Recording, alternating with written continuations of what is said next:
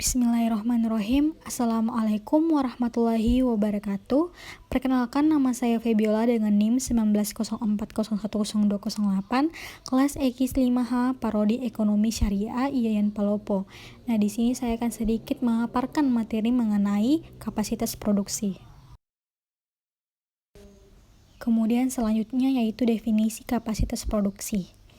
Nah, kapasitas produksi ini adalah suatu tingkat yang menyatakan batas kemampuan, penerimaan, penyimpanan, atau keluaran dari suatu unit, fasilitas atau output untuk memproduksi dalam suatu periode waktu tertentu.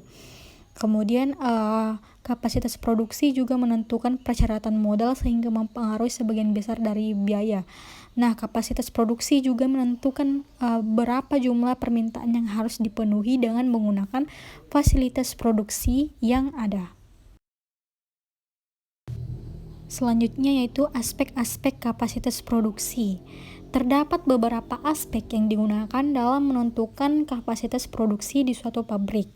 Itu yang pertama, pusat kerja, di mana pusat kerja ini adalah suatu fasilitas produk spesifik yang terdiri dari satu atau lebih orang atau mesin dengan kemampuan yang sama atau identik yang dapat dipertimbangkan sebagai satu unit untuk tujuan perencanaan kebutuhan kapasitas dan penjadwalan.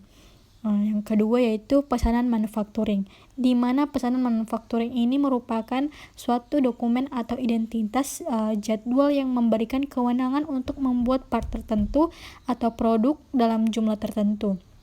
Pesanan manufacturing dapat berupa salah satu open orders, already in process, atau planned orders sebagaimana dijadwalkan melalui proses MRP. Dan yang ketiga yaitu routing.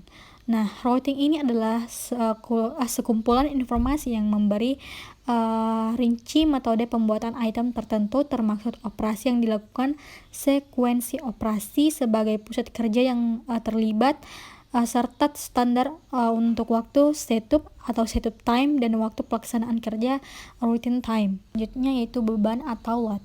Beban adalah banyaknya kerja yang dijadwalkan untuk dilakukan oleh fasilitas manufacturing dalam periode waktu yang ditetapkan.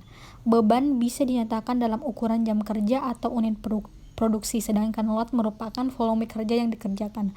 Sebagaimana yang biasa digunakan dalam CRP, beban menggambarkan waktu setup dan waktu pelaksanaan yang dibutuhkan dari suatu pusat kerja, tidak termaksud waktu menunggu, waktu antri, dan waktu bergerak. Dan yang terakhir yaitu kapasitas. Kapasitas merupakan tingkat di mana sistem manufacturing, tenaga kerja, mesin, pusat kerja, departemen, pabrik berproduksi. Dengan kata lain, kapasitas merupakan tingkat output yang dapat dicapai dengan spesifik produk mix, tenaga kerja, dan peralatan yang ada. Sekarang, dalam CRP, kapasitas berkaitan dengan tingkat output kerja dalam setiap pusat kerja. Adapun jenis-jenis kapasitas produksi ada 3. Yang pertama, kapasitas desain, yang kedua kapasitas identik, dan yang terakhir kapasitas efisiensi. Nah, kapasitas desain yaitu merupakan output yang memaksimum secara teori pada suatu sistem dalam suatu periode waktu tertentu pada kondisi idealnya. Nah, sedangkan kapasitas identik yaitu kapasitas yang diperkirakan dapat dicapai oleh sebuah perusahaan dengan keterbatasan operasi yang ada sekarang. Dan yang terakhir, kapasitas efisiensi adalah persentase desain kapasitas yang benar-benar tercapai. Selanjutnya yaitu sedikit motivasi dari saya, yaitu jangan takut melangkah karena jarak 1000 mil dimulai dari 1 langkah. Itulah tadi pemaparan materi mengenai kapasitas produksi. Kurang lebihnya mohon dimaafkan. Wabillahi taufiq wal hidayah. Wassalamualaikum warahmatullahi wabarakatuh.